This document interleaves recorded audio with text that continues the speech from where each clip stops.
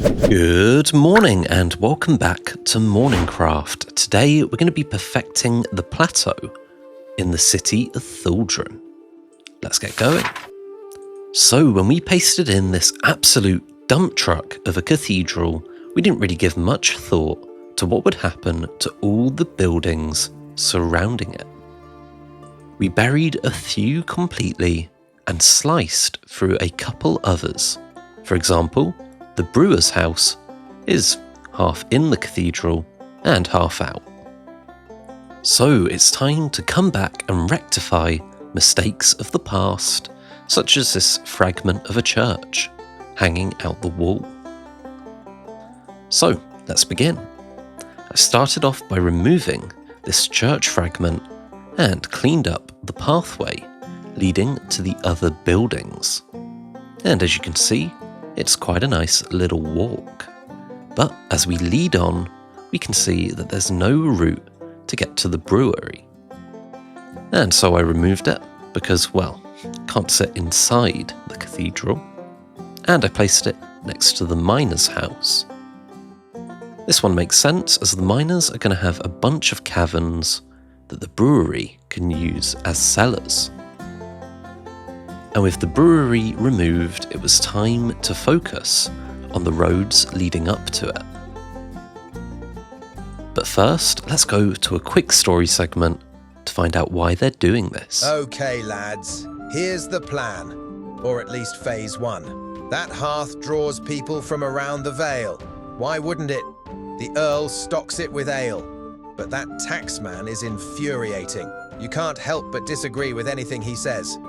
Brewers, put the prices up for the Earl and lower them for the tavern. We'll convince the taxman to sing in the hearth tonight. With pricier drinks and the wailing of the taxman, people would sooner come up here. When they do, Anthony Gallo can sell them market stalls.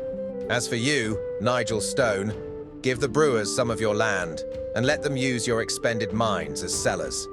Before we know it, people will be up here and we'll be sitting on heaps of gold. Ooh, the Vikings came with fire and steel, ravaging lambs with a thundering zeal. The little did they know, 'neath the castle too, lurked an earl, the wisest of them all. They battered the gates, they rode with might, but the earl had planned for such a fight. False retreat, then flood the pass, drowning foes in a sea so vast. Just as the Syndicate of Gold had planned, the wailing taxman had driven every drinker up the mountain and into the warmth of the tavern. Each member of the Syndicate soon noticed that their pockets were overflowing, and with this newfound cash flow, they would be able to make a few upgrades of their own to Thaldrim. Okay, we're back, and now we can see that the Syndicate of Gold has a whole bunch of plans, and the brewery has a brand new road. This one was pretty easy to whip up, but whoa, would you look at that sunset? Pretty nice. But instead of admiring these sick rays, let's get back to work on improving this plateau. I added a couple lights to the pathway, but I really wanted this symphony of cherry trees and decadents to stretch across every acre atop this mountain.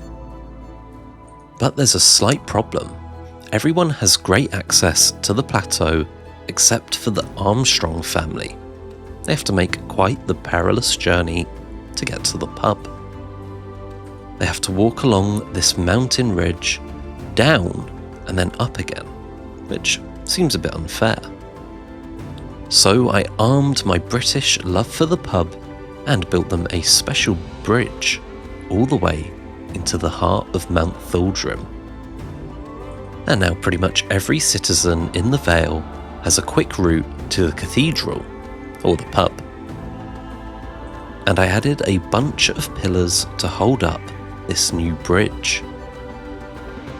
And so, with our infrastructure vastly improved, it was time to make everything atop this mountain a whole bunch prettier.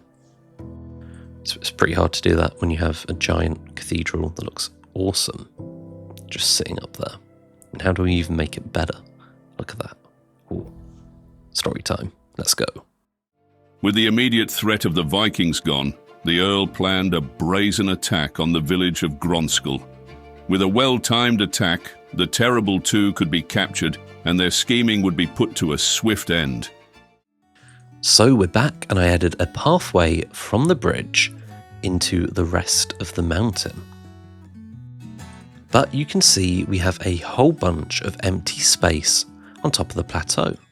So I added some of my favourite houses to break up the empty space. I really like these ones, and I find that they're pretty good to drop just about anywhere. And I added some gardens too. Of course, I used one of my favourite things in the game, glowberries, and I added some lovely pink petals around the lawns. I copied the railing design from my bridge, and I used it all around the edges of the gardens. And I added a little bit of a viewpoint here next to the warehouse. Yeah, that's the warehouse. Yeah. And of course, I added some wisteria. But let's go to a quick story. Landerstone arrived back to Velport, but found the entire coast coated in a dense green smog. Lander and his first mate Red Jack stared off into the distance concerned. The sea is dark, the air is foul, no laughter rings, no voices howl. If curse be cast, then steel will sing, for I am Lander, Pirate King. Okay, and we're back after a few very productive builds.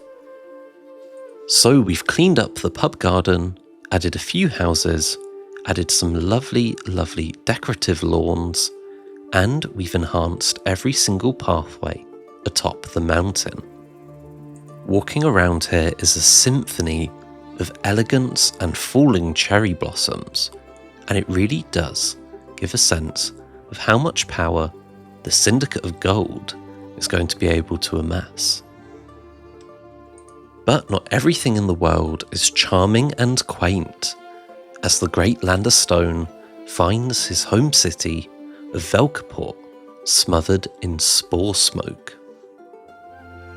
But what will come next as the Syndicate of Gold unveils Phase 2 of their plan? And what will come of Lander as he returns into the heart of Velport? Only time will tell. Well, you'll find out next episode.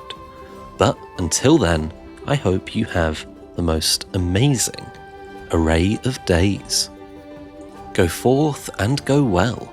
Rise to every challenge, but also take a moment to appreciate what's around you. Other than that, here's a challenge.